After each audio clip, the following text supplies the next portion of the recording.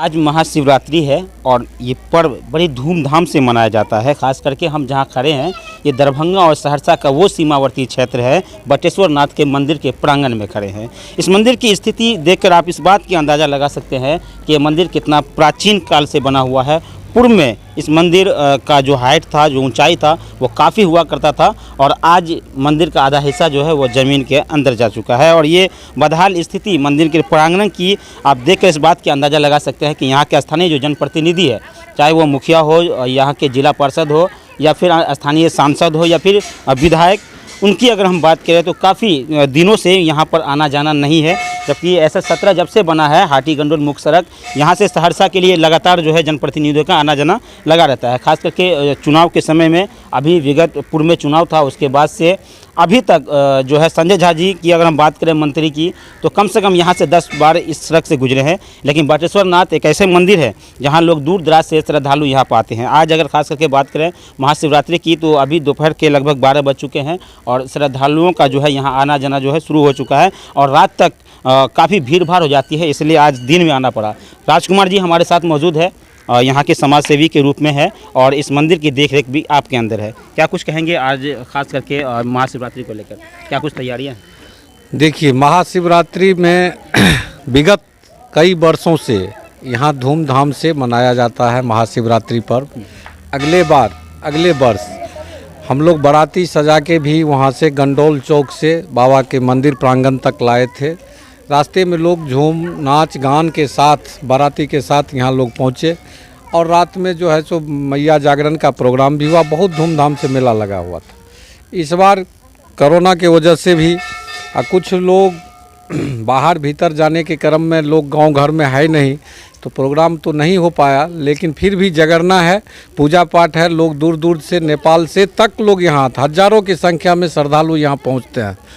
दुख इस बात की है कि यहाँ के जितने भी जनप्रतिनिधि हैं, चाहे वह सांसद हो, मंत्री हो या विधायक हो या वर्तमान स्तर माने यहाँ जो शहर ज़मीन स्तर पर जो पंचायती में जो भी प्रतिनिधि है, वो भी इस मंदिर से कोई आस्था नहीं रखते हैं। यहाँ तक यहाँ आना भी उचित नहीं समझते हैं। जो क्या मंदिर में होना चाहिए, नहीं होना चाहिए, 200 वर्ष पुरानी मंदिर हमको नहीं लगता है कि इस इलाका में कहीं है। यही कारण है कि इसका जीर्णोद्धार नहीं हो पा रहा और यही कारण है कि कई बार हमने आवाज़ उठाया है, कई बार लोगों के बीच रखा है। इससे पहले पूर्व मैंने जो स्वर्गीय डॉक्टर अब्दुल गफूर विधानसभा में भी इस मंदिर को लेकर के एक असेंबली क्वेश्चन हम लोग करवाए थे, जिसका कॉपी मेरे पास अभी भी है। और उसके बाद लगातार जो भी मंत्री बना है इसी होके जाता है, लेकिन वह उचित नहीं समझता है कि हम यहाँ 2 मिनट रुक करके मंदिर प्रांगण में जाए, यहाँ के स्थानीय लोगों से बात करें। ये सब नदारत है, इसीलिए थोड़ा समय लग रहा है। लेकिन मेरी कोशिश है कि इलाका के लोगों से हो, स्थानीय लोगों से हो, मंत्री से हो, सरकार से हो, मैं सरकार से मांग करता हूँ कि यहाँ एक भव्य मंदिर का निर्माण।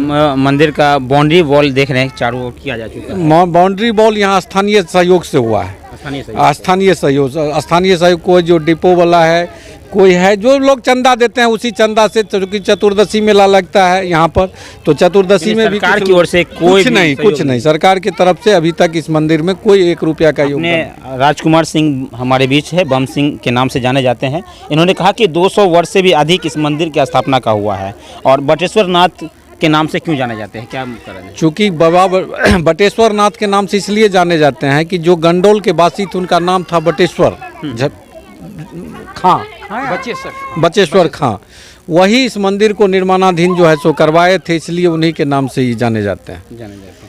उसके बाद से अभी तक इसका जीर्णोद्धार नहीं हो पाया। जीर्णोद्धार की राह देख रही है। आपने कहा कि श्रद्धालुओं की अगर बात करें तो महाशिवरात्रि ही नहीं, पूरे साल यहाँ आना जाना लगा रहता है। पूरे साल इंडिया नहीं, नेपाल इस मनोकामना से आते हैं, उसका मनोकामना पूर्ण होता है। यहाँ पर आप देख ही रहे हैं कि यहाँ के महिला बच्चा जितना भी अभी से लेके शाम तक कंटिन्यू लोग का आना जाना रहेगा।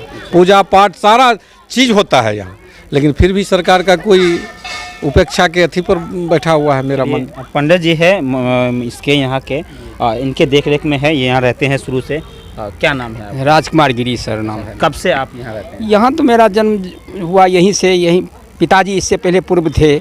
उस समय में तो बहुत पानी था, बहुत तरह का अथी था, बाढ़ बांध टूट जाता था तो यहाँ पर रोड सड़क नहीं था, बहुत तरह की दिक्कत होता था, तो हम लोग यही मंदिर की ऊंचाई था तो यही में शरण लिए रहते थे। और जब बांध टूट गया तो धीरे धीरे जो पानी आया वो उतना सतह में इसमें भरिए दिया गया, जितना पानी आया उतना भर दिया। अच्छा, ऐसा 17 जो रोड बना है हाईवे रोड, स्टेट हाईवे, जी सर। उसके बनने से इस मंदिर को कुछ फायदा मिला है? जी, पानी का बहुत राहत कम हो गया, नहीं तो पहले पानी यहाँ पर पूरा घेरा था, वो घूमकर कुछ थोड़ा सा पानी आता है लेकिन उतना नहीं आता, नहीं तो सीधा पानी आता था, नेपाल से छूटता था तो यही इसी मंदिर में धक्का लगता आप यहाँ था। रहते हैं, जी आप देख रेख करते हैं? जी, देख रेख तो कर। आपको पता होगा जो बाहर से श्रद्धालु आते हैं उनके लिए क्या कुछ व्यवस्था की जाती है? जी, यहाँ तो कुछ व्यवस्था नहीं है, पूजा पाठ करते हैं दिन भर, यहाँ रहने का तो कोई जगह नहीं सुना है। नेपाल से भी श्रद्धालु हाँ, बहुत आते हैं लेकिन दिन भर यहाँ रहते हैं, अपना निकल जाते हैं, क्या तो यहाँ पर रहने का ठहरने का कोई व्यवस्था नहीं रहती। व्यवस्था नहीं है, इसी कारण से यहाँ नहीं रह पाते, पूजा करते हैं और चले जाते हैं। राजकुमार जी, क्या कुछ व्यवस्था हो सकती है भविष्य में यहाँ पर जो लोग श्रद्धालु बाहर से आए, अगर यहाँ 2 दिन रहना है, उनको पूजा अर्चना करना है, अपने परिवार के साथ आना है, ऐसे में आसपास में कोई रहने के लिए ठहराव की जगह नहीं है, कोई स्थल नहीं है या फिर कोई ऐसा होटल नहीं है, तो क्या यहाँ पर कुछ हो सकती थी? यहाँ सारा व्यवस्था हो सकता है, लेकिन चूंकि लोगों में उत्साह नहीं है, हम लोग प्रयास कर रहे हैं कि यहाँ एक धर्मशाला का निर्माण हो, यहाँ एक भव्य मंदिर का निर्माण हो, लोगों का ठहराव का व्यवस्था हो। चूँकि ऐसे 17 बन जाने से यहाँ दूर दूर से लोग आते हैं और चूँकि रुकने का व्यवस्था नहीं है तो इसलिए लौट जाते हैं, भीड़ नहीं जमा पाते हैं हम लोग।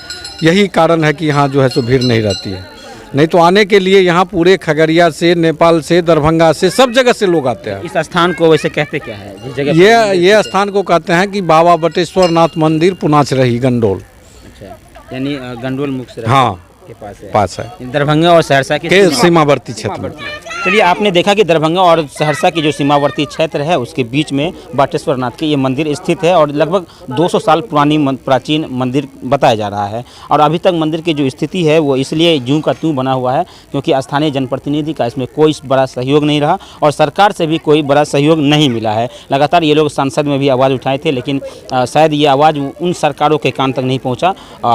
देखिए, सरकार का पैसा का दुरुपयोग कौन करता है? स्थानीय जनप्रतिनिधि या जहाँ सरकार लगाते हैं वो करता है। हम नहीं समझते हैं कि उनके पैसा का मंदिर में कहीं दुरुपयोग हुआ है। हम तो चाहते हैं कि मेरा मंदिर कोई ट्रस्ट में भी चला जाए तब भी मंदिर का भव्य जीर्णोद्वार हो सकता है। हम तो किशोर कुणाल को भी एक कॉपी दिए हैं, असेंबली क्वेश्चन का कॉपी हम पहुंचा दिए हैं, उनके पास भी मेरा है। वो भी बोले कि हम आएंगे, देखेंगे कितना ज़मीन है मंदिर के अंदर, लेकिन आज तक नहीं आए। यहाँ पे इस तरह से कुछ समिति का गठन हुआ है? अभी कोई गठन नहीं हुआ, लेकिन होगा, निश्चित होगा। आने वाले समय में मंदिर का भव्य जीर्णोद्वार होगा, इसकी भी फुल गारंटी है। यदि सरकार चाहेगी तब, नहीं चाहेगी तब। हम आज महाशिवरात्रि है, इस मौके पर क्या कुछ कहेंगे श्रद्धालुओं को? महाशिवरात्रि के मौके पर मैं सभी श्रद्धालुओं को शुभकामना देता हूं कि इसी तरह से बाबा बटेश्वर नाथ मंदिर सबको भगवान महादेव भला करे, सब स्वस्थ रहे और मंदिर दर्शन करने के लिए निश्चित मंदिर दर्शन करने के लिए आवे। इससे बेसी बड़ी बात क्या हो सकती है। चलिए, बहुत बहुत धन्यवाद। राजकुमार सिंह और बन सिंह हमारे साथ थे। पुनाच चौक के स्थित ये बटेश्वर नाथ के मंदिर से सीधे प्रसारण आपको दिखा रहे थे। धन्यवाद।